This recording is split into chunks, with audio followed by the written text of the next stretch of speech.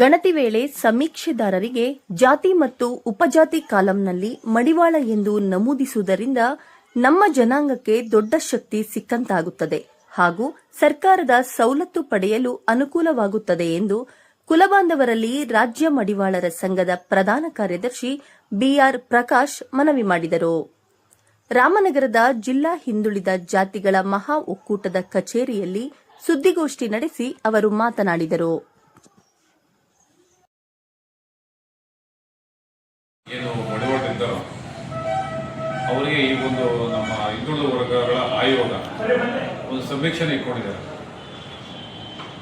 ಆ ಸಮೀಕ್ಷೆಯಲ್ಲಿ ಸಾಮಾಜಿಕ, ಆರ್ಥಿಕ ಮತ್ತು ಶೈಕ್ಷಣಿಕವಾಗಿ ನಮ್ಮ ಜನಾಂಗ ಮತ್ತು ಮಡಿವಾಳ ಜನಾಂಗ ಅವರ ಮನೆ ಬಾಗಿಲು ಸಂದರ್ಭದಲ್ಲಿ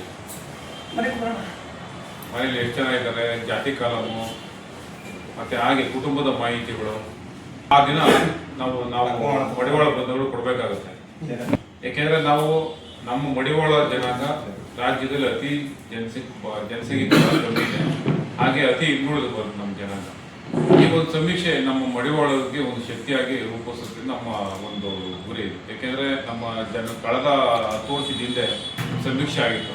ಆ ಸಮೀಕ್ಷೆಯಲ್ಲಿ 6,20,000 ಜನಸಂಖ್ಯೆ ಇದ್ದೀವಿ ಅಂತ ಮಾಹಿತಿ ಸರ್ಕಾರದ ಮಾಹಿತಿ ಕೊಟ್ಟಿದೆ. ಆಕ್ಚುಲಿ ನಾವು ವೋಟರ್ ಏನು ಇವತ್ತು ಮತ ಚಲಾವಣೆ ಅಂತ ಮಾಡುವಂಥ ಜನ ನಮ್ಮ ಒಂದು 8 ಲಕ್ಷ ಜನಸಂಖ್ಯೆ ಇದೆ ರಾಜ್ಯದಲ್ಲಿ. ಇನ್ನು ಮಿಕ್ಕಿದ ಎಲ್ಲ ಒಂದು 12-13 ಲಕ್ಷ ಜನಸಂಖ್ಯೆ ನಮ್ಮ ರಾಜ್ಯದಲ್ಲಿ ಇದ್ದಿದ್ದು ನಮ್ಮ ಮಾಹಿತಿ. ಯಾಕೆ ನಮ್ಮ ಸಂಘ 1933 ಸ್ವಂತ ಸಂಘ ಅವತ್ತಿನ ಸ್ಥಾಪನೆಯಾಗಿ ನಮ್ಮ ಬಂಧುಗಳಿಗೆ ಸೇವೆ ಮಾಡ್ಕೊಂಡು ಬರ್ತಾ ಇದೆ ಸಂಘ. ಪ್ರತಿ ರಾಜ್ಯದಲ್ಲಿ ಎಲ್ಲ ಶಾಖೆಗಳಿದೆ. ಈ ಪ್ರಕಾರ ನಮ್ಮ ಒಂದು ಮಾಹಿತಿ. ಈಗ ಈ ಆಯೋಗ ನಮ್ಮ ಏನು ಶಿಕ್ಷಕರುಗಳನ್ನು ನೇಮಕ ಮಾಡಿ ನಮ್ಮ ಮನೆ ಬಾಗಿಲು ಬಂದ ಸಂದರ್ಭದಲ್ಲಿ 60 ಐಟಮ್ಗಳನ್ನ ನಮ್ಗೆ ಪ್ರಶ್ನೆಗಳು ಮಾಡಿದ ಸಂದರ್ಭದಲ್ಲಿ 9ನೇ ಕಾಲಂ ಜಾತಿ ಕಾಲಂ ಬರುತ್ತೆ. ಜಾತಿ ಕಾಲಮಲ್ಲಿ ಮಡಿವಾಳ ಅಂತ ಮಾತ್ರ ನಾವು ಮೆನ್ಷನ್ ಮಾಡಬೇಕಾಗುತ್ತೆ. ಯಾಕೆ ಅಂತಂದ್ರೆ ನಮ್ಮ ಮಡಿವಾಳ ಅನ್ನೋದನ್ನ ಸುಮಾರು ಒಂದು 10-15 ಹೆಸರುಗಳಿಂದ ಕರೀತಾರೆ. ಡೋಬಿ, ಅಕ್ಸ, ಚಾಕ್ಲ, ಈ ಥರ ಸಾಕಷ್ಟು ಹೆಸರುಗಳಿದ್ದಾವೆ.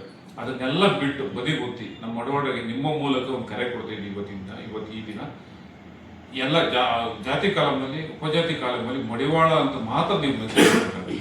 ಈ ಒಂದು ಮಡಿವಾಳ ಅಂತ ಮೆನ್ಷನ್ ಮಾಡೋ ಸಂದರ್ಭದಲ್ಲಿ ನಾವು ಏನು ಜನಸಂಖ್ಯೆ ಇದೀವೋ ಎಲ್ಲ ಪರಿಪೂರ್ಣವಾಗಿ ನಮ್ಗೆ ಗೊತ್ತಾಗುತ್ತೆ. ಉತ್ತರ ಕರ್ನಾಟಕದಲ್ಲಿ ಲಿಂಗಾಯತ್ ಮಡಿವಾಳ ಅಂತ ಸ್ವಲ್ಪ ಪ್ರಭಾವ ಇದೆ.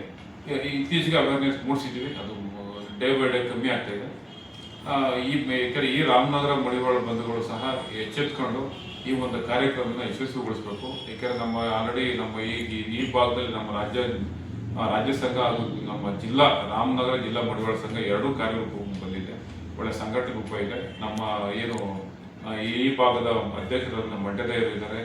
ನಮ್ಮ ಕಾರ್ಯದರ್ಶಿ ಅವರ ಬಳಗ ಎಲ್ಲ ಚೆನ್ನಾಗಿ ಲೋಕೇಶ್ ಇದ್ದಾರೆ, ಚೆನ್ನಾಗಿ ಕೆಲಸ ಮಾಡ್ತಾ ಇದ್ದಾರೆ. ಎಲ್ಲರೂ ಸಂದೇಶ ಕೊಡ್ತಾ ಇದ್ದಾರೆ. ಈ ಮೂಲಕ ತಮ್ಮಗಳ ಪತ್ರಕರ್ತರ ಮೂಲಕ ದಯವಿಟ್ಟು, ಯಾಕೆಂದ್ರೆ ನೀವಿಲ್ಲ ಅಂದ್ರೆ ನಾವು ಏನೇ ಪ್ರಚಾರ ಮಾಡೋ ಅಷ್ಟು ಪ್ರಭಾವ ಬೀರಲ್ಲ. ನೀವು ನಿಮ್ಮ ಪತ್ರಿಕೆ ಮೂಲಕ ಅಥವಾ ನಿಮ್ಮ TV ಮೂಲಕ ನಮ್ಮ ಮಡಿವಾಳ ಬಂಧುಗಳಿಗೆ ಈ ಒಂದು ಸಂದೇಶ ತಲುಪಿಸಬೇಕಾಗಿ ಮನೇಲಿ ಒಬ್ರು ಎಜುಕೇಟೆಡ್ ಇದ್ದೇ ಇರ್ತಾರೆ. ಯಾರಾದ್ರೂ ಮನೆಯಲ್ಲಿ ಮಕ್ಕಳು ಯಾರಾದ್ರೂ ಇದ್ದೇ ಇರ್ತಾರೆ. ಪುರುಷರು ಹೊರಗಡೆ ಕೆಲ್ಸಕ್ಕೆ ಹೋದಾಗ ಮನೇಲಿ ಮಹಿಳೆ ಇದ್ಕೊಂಡು ಉತ್ತರ ಮಾಡ್ಬೇಕಾಗತ್ತೆ. ಅವ್ರು ಏನ್ ಕೇಳ್ತಾರೆ ಕ್ವಶನ್ಗೆ ಆನ್ಸರ್ ಮಾಡ್ಬೇಕಾಗತ್ತೆ. ಬೈ ಚಾನ್ಸ್ ಅವ್ರು ಮಾಡ್ಲಿಕ್ಕೆ ಆಗಲ್ಲ, ಗೊತ್ತಾಗಲ್ಲ ಅಂದ್ರೆ ಒಂದು ವೈಟ್ ಪೇಪರಲ್ಲಿ ನೀವು ಎಷ್ಟು ಮಂದಿ ಮನೇಲಿ ಇದ್ದೀರಾ, ನಿಮ್ಮ ಆಧಾರ್ ಕಾರ್ಡ್ ಇರ್ಬೋದು, ನಿಮ್ಮ ಹೆಸರು ಇರ್ಬೋದು, ನಿಮ್ಮ ರೇಷನ್ ಕಾರ್ಡ್ ಇರ್ಬೋದು, ಅದನ್ನೆಲ್ಲ ಒಂದು ವೈಟ್ ಪೇಪರಲ್ಲಿ ಎಲ್ಲ ಬರಬೇಕು.